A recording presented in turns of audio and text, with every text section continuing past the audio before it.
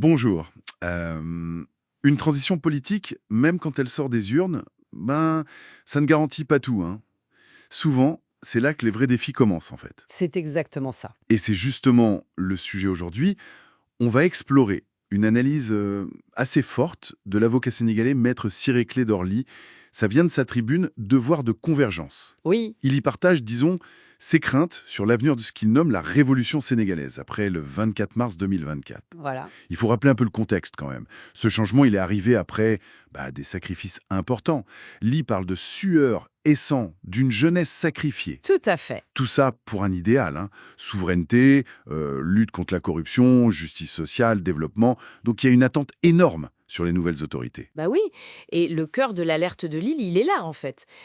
Cette énergie populaire, elle pourrait soit s'arrêter, soit être récupérée s'il n'y a pas de vrai changement structurel. Sa phrase est très claire là-dessus, hein. Aucune révolution ne peut réussir si l'ancien régime n'est pas détruit et ses vestiges nettoyés. C'est direct. C'est très direct. Alors regardons les points importants qu'il soulève. D'abord, ce qui frappe, c'est son inquiétude sur le maintien ou même parfois la promotion de certaines figures de l'ancien pouvoir. Oui. Et il parle d'individus qui avaient tout mis en œuvre pour écraser le mouvement révolutionnaire. Alors, les voir toujours là, qu'est-ce que ça veut dire pour lui? Bah, pour les billes, c'est clairement un risque majeur. Le risque que l'ancien système continue, en fait, sous une nouvelle façade. C'est pas juste les personnes, c'est aussi potentiellement la survie des anciens réseaux, des anciennes pratiques. Ça pose la question, la rupture, elle est réelle jusqu'où? D'accord. Et il mentionne aussi d'autres menaces plus diffuses, internes, externes. Oui. Il appelle à être très vigilant face aux lobbies. Il demande même aux services de renseignement de bien identifier, de traquer ce qui pourrait nuire au projet actuel. C'est une posture assez défensive, non? C'est une posture qui montre bien, je crois, la fragilité qu'il perçoit dans cette phase. Il faut protéger le nouveau cap, c'est sûr, contre les influences économiques, politiques. Mais le défi, c'est toujours le même dans ces cas-là.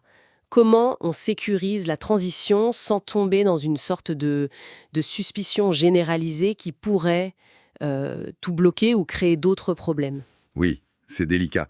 Autre point très important pour lui, la justice. Ah oui. L'avocat s'inquiète d'une certaine lenteur, on va dire, pour traiter les dossiers de personnalité de l'Ancien Régime. Des gens soupçonnés de haute trahison ou même de crimes contre l'humanité.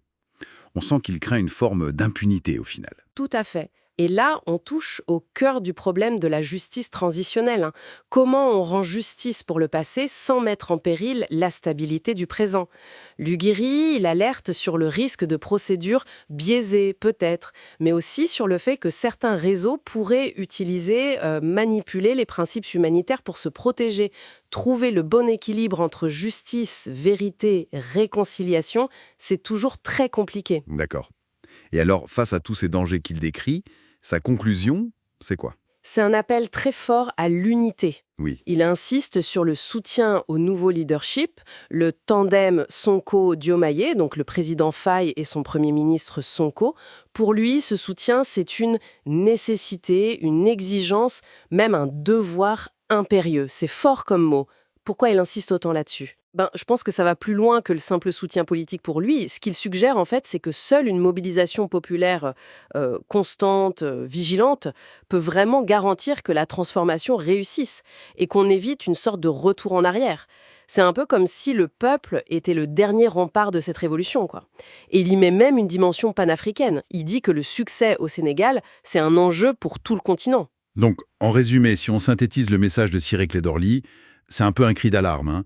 La révolution sénégalaise allait à un moment critique. C'est ça. Menacée de l'intérieur, de l'extérieur, et pour qu'elle tienne bon, il faudrait, selon lui, une rupture nette avec certaines choses du passé, une vigilance de tous les instants, et puis une unité populaire très forte derrière le projet actuel. Exactement. Et ça nous laisse finalement avec une question qui dépasse le Sénégal, je trouve. Comment on fait concrètement pour démanteler les vestiges d'un ancien régime, comme il le demande, sans créer un vide qui pourrait être dangereux ou une nouvelle instabilité? Comment on répond à cette demande populaire de changement radical tout en gardant un État qui fonctionne? Trouver le bon dosage entre la rupture et la reconstruction, ça reste un art politique extrêmement complexe.